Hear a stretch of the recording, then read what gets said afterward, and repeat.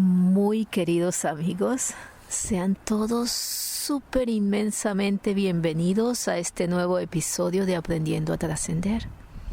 Exploremos hoy cuándo es que hay sabiduría en permitir que nuestra mente dirija nuestro corazón y viceversa, y cómo todo ello puede moldear nuestra percepción y experiencia de la realidad en formas tan fascinantes.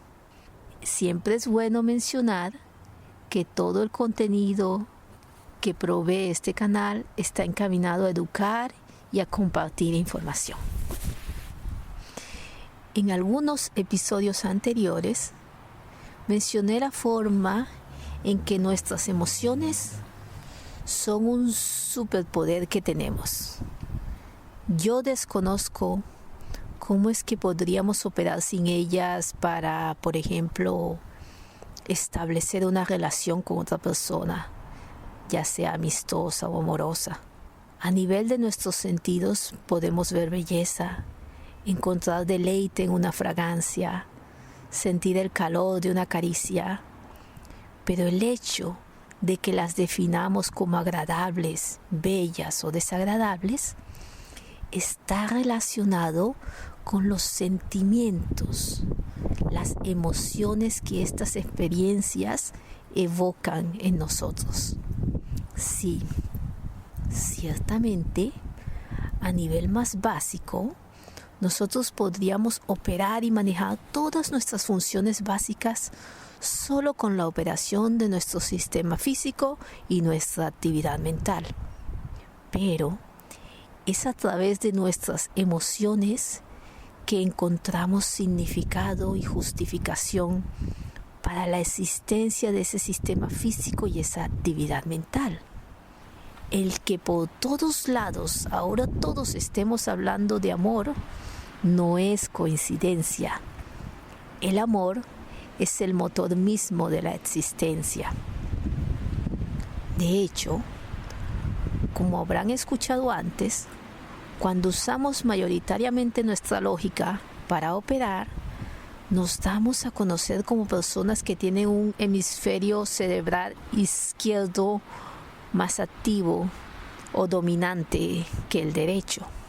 Cuando demostramos ser personas más emocionales que lógicas, todavía la actividad del cerebro en su totalidad se sigue dando, pero nuestras conexiones y actividad electromagnética se hace más viva del lado derecho de nuestro cerebro. Entonces, personas más talentosas para el uso de su hemisferio cerebral izquierdo se pueden caracterizar por más uso de la lógica y la razón, tener pensamientos que se manifiestan con facilidad en forma de palabras, tener enfoques que son más en las partes o enfoques fragmentados, ser más pragmáticos, más analíticos, con tendencia a describir y analizar las cosas como la suma de las partes componentes. Sus pensamientos son más secuenciales, es decir, primero es A, después B, después C. Se caracterizan por ser ordenados y de alguna forma bajo control. Las personas que generalmente se distinguen por una mayor actividad mental en su hemisferio derecho se caracterizan por ser más emotivas, intuitivas, creativas, como cuando te vienen y escuchas tus corazonadas, esa guía que viene desde adentro. Piensan en formas más abstractas, es decir, con imágenes o pinturas más que con palabras. Se enfocan en el todo y las relaciones complejas que lo caracterizan, más que solo en analizar las partes. Miran de forma holística y asimismo explican un elemento o proceso a partir de muchas dimensiones. De igual forma, piensan de forma holística, miran al todo de forma simultánea. Se identifican con el todo más que con las partes. se caracterizan por una espontaneidad y libertad de expresión. Por supuesto, estas descripciones de lo que caracteriza que un hemisferio cerebral domine sobre el otro no son camisa de fuerza. Hay muchas personas que demuestran un manejo muy integral de los dos hemisferios, es decir, que han llegado a encontrar un balance entre cuándo usar la lógica y cuándo dejar liderar al corazón. Y claro está, aún personas muy lógicas pueden pasar por experiencias o etapas donde su estado emocional exhibe dominio sobre su capacidad de razonar y viceversa. Ahora, ¿por qué sucede que generalmente un hemisferio impera sobre el otro? Hay varias razones, pero ciertamente todos nosotros nacemos con la capacidad de utilizar de forma simultánea los dos hemisferios. Y muy frecuentemente las experiencias que tenemos a edades tempranas, cuando apenas estamos construyendo los programas que nos permiten operar en este mundo, véanse episodios más tempranos en los cuales hablo sobre ello, se logra con frecuencia que tengamos la tendencia a operar basados más en los parámetros de un hemisferio que del otro.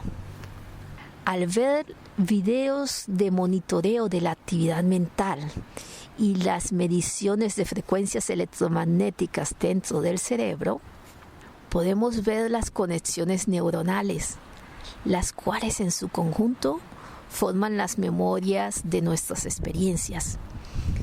Ellas se encuentran esparcidas por todo el cerebro, pero al mismo tiempo se puede ver cómo hay una mayor actividad mental de un lado del cerebro más que del otro, de acuerdo al hemisferio que es dominante. En el caso de la meditación, las imágenes son fascinantes. Es como si se encendiera o iluminara secciones totales que vuelven los dos hemisferios por igual, en unísono, como una melodía donde las notas están en perfecta armonía. Bueno, mientras más cargadas de emociones son las experiencias de la niñez, más desarrollamos las tendencias que identificamos con las características de un hemisferio o del otro. He aquí un punto central. Si nosotros reaccionamos a nuestras experiencias cotidianas de forma predecible, estamos en lo que se llama piloto automático. Y las actuaciones que tenemos, en la medida que son repetitivas y predecibles, terminan definiendo lo que otros a nuestro alrededor llaman rasgos de nuestra personalidad. Esto quiere decir que una reacción a algún tipo de experiencia o situación de la cual hemos creado un hábito, esta se ha guardado en nuestra mente subconsciente y es llamada a salir cada vez que tenemos experiencias similares. En nuestra mente subconsciente se guardan tanto programas que nos identifican como dominados por el hemisferio izquierdo, como también aquellos que nos identifican como con un hemisferio derecho dominante. Este conjunto de actitudes, valores, tendencias, creencias que nos caracterizan se vuelven esos filtros que usamos para responder a los retos de la vida. Lo complicado con esto es que si cuando estamos operando en piloto automático estamos respondiendo a lo que está pasando basado en nuestras experiencias del pasado o basado en nuestros temores sobre el futuro, allí la cosa se vuelve más complicada. El dominio que tiene la mente subconsciente sobre nuestras respuestas a varias situaciones es total.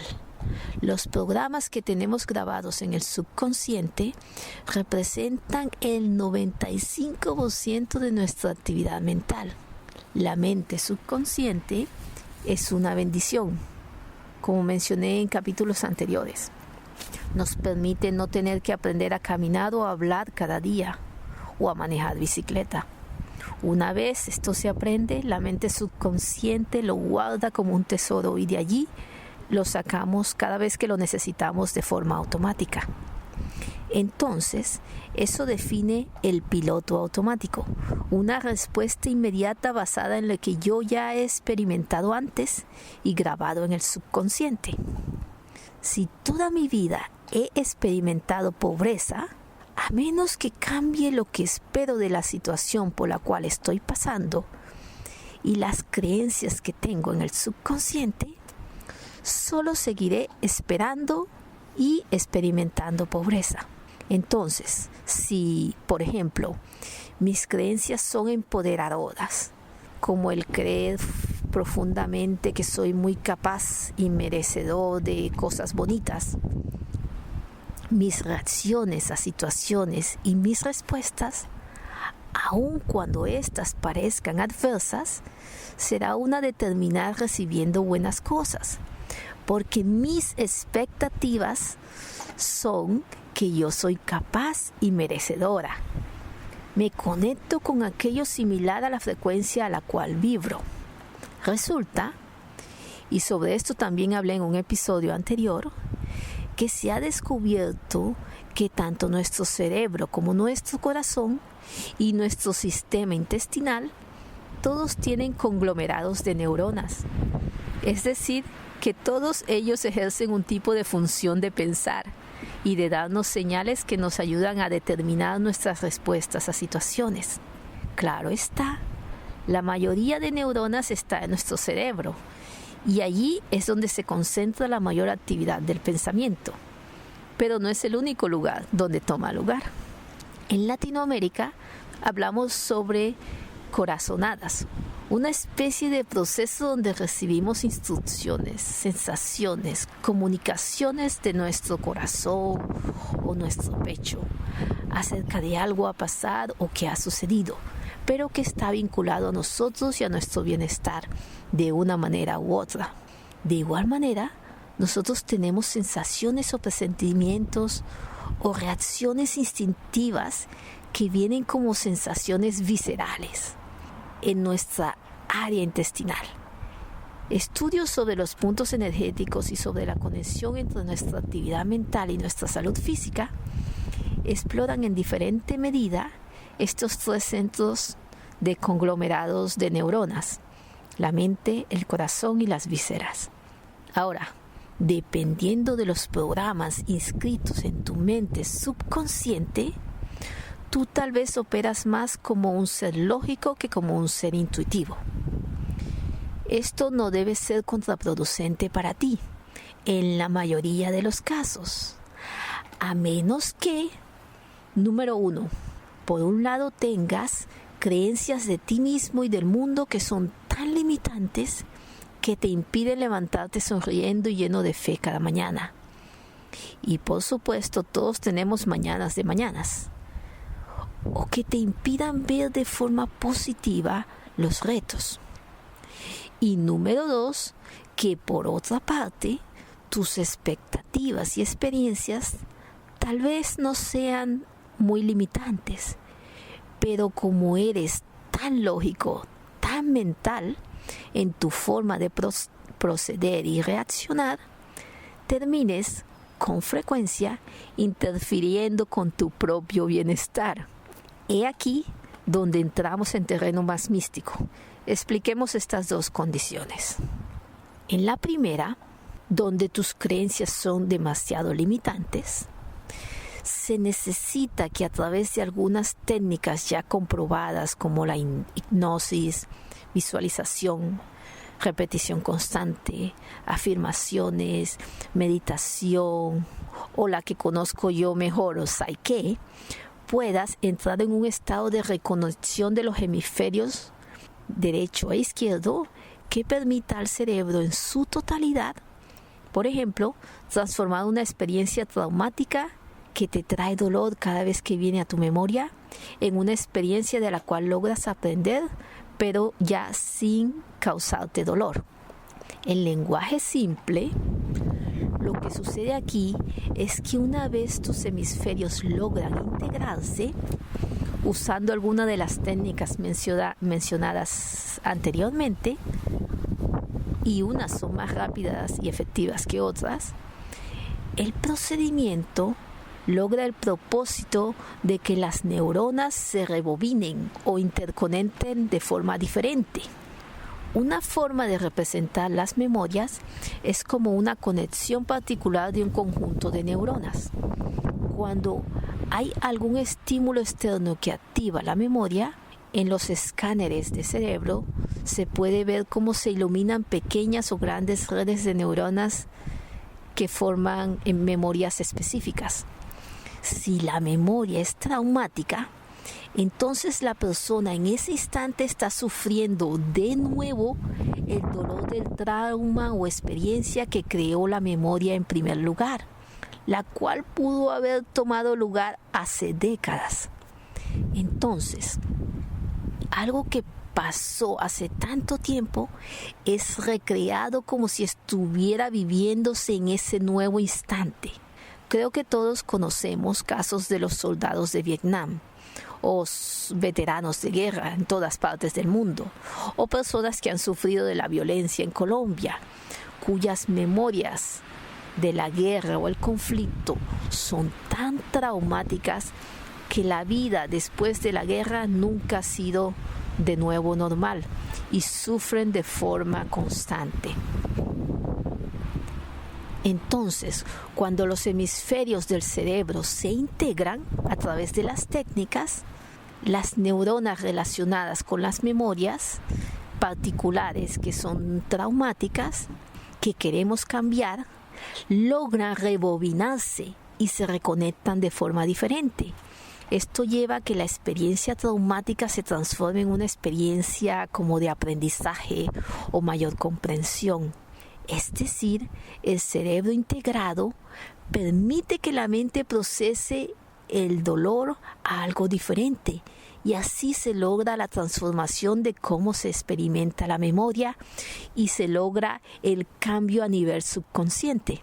Esta es la razón por la cual yo me hice facilitadora maestra de Psyche. Es como atestiguar un milagro tras otro cada vez que alguien recibe un balance, especialmente si el balance trata de ayudar a la pareja. La pareja en este caso es la persona a la que está recibiendo el balance de Psyche. Ayudar a la pareja a transformar una experiencia traumática o superlimitante. De esta forma, he atestiguado con mis propios ojos y he escuchado desde la distancia, ya que cuando eres facilitador maestro puedes hacer balances para personas, no importa en qué lugar del mundo estén, no tienen que estar a tu lado. He atestiguado cómo las personas pasan de estar postradas a actuar como si nunca hubieran estado enfermas, o pasan de sentirse incapaces de actuar o a tomar las riendas de sus asuntos en cuestión de horas, en cuestión de días, y pasan de sentir estrés crónico por situaciones recurrentes a sentir total tranquilidad la siguiente vez que se enfrentan con la misma situación estresante. La sensación que provoca ayudar a alguien a salir de la prisión de sus creencias limitantes o transformar sus experiencias traumáticas es literalmente la alegría de mi corazón. Ahora, en el segundo caso, el caso donde nuestras expectativas y experiencias, aquello que está guardado en nuestro subconsciente, tal vez no son creencias o perspectivas tan limitantes, pero que como somos tan lógicos o tan mentales en nuestra forma de proceder y reaccionar, terminamos interfiriendo con nuestro propio bienestar. En este segundo caso, el tener la tendencia de operar más desde tu mente que desde tu corazón trae diferentes tipos de limitaciones. Verás, el actuar con fe no es algo que puedas hacer bajo la lupa de la lógica. Me encanta cómo Flores define la fe como la fe es la sustancia de lo que se espera, la evidencia de lo que no se ve. Una mente lógica Si, por ejemplo, ha encontrado 10 obstáculos para conseguir empleo, por lógica, razona que conseguir empleo es difícil. Es una conclusión simple de una experiencia vivida. Razona con base en la experiencia que ha tenido. A conduce a B o después de B viene C. Lo que pasa es que yo no tengo título de maestría y ese puesto era muy competido y por lo que no tengo la credencial no tuve la posición. Esa es una mente lógica, ¿no? Que trata de conectar, de explicar el porqué de las cosas de una forma muy simple, de una forma muy ¿cómo se dice? Viendo las partes, ¿no? Analizando, enfocándose en las partes, lo que hace partes de la foto. Operar basados en fe es muy diferente. ¿Quién es el creador de todo? Dios. Al final del día, no son mis supertítulos los que me han llevado lejos. Lo que me ha ayudado a avanzar es una combinación de mi confianza de que mi progreso era inminente. Esto está en parte basado en una creencia profunda en Dios y sus designios. También que mi entrenamiento puede ser de ayuda, pero en últimas, que yo sé que Dios es mi proveedor y antes de que pidas se te ha concedido. La fe es la evidencia de lo que no se ve. Esto armoniza tan perfectamente con agradecer antes de recibir. El agradecimiento te coloca en una frecuencia vibratoria alta. Allá, tan arriba como el bendecir a los demás de corazón. Estos dos actos pueden producirte una especie de éxtasis emocional de alegría. Es como tener el cuerpo en este mundo, pero vivir en el paraíso. Entonces, cuando vibras a esta más alta frecuencia, aquello de tu alrededor o del amplio mundo con lo cual te conectas son cosas que vibran a esa misma o similares frecuencias o la interferencia constructiva.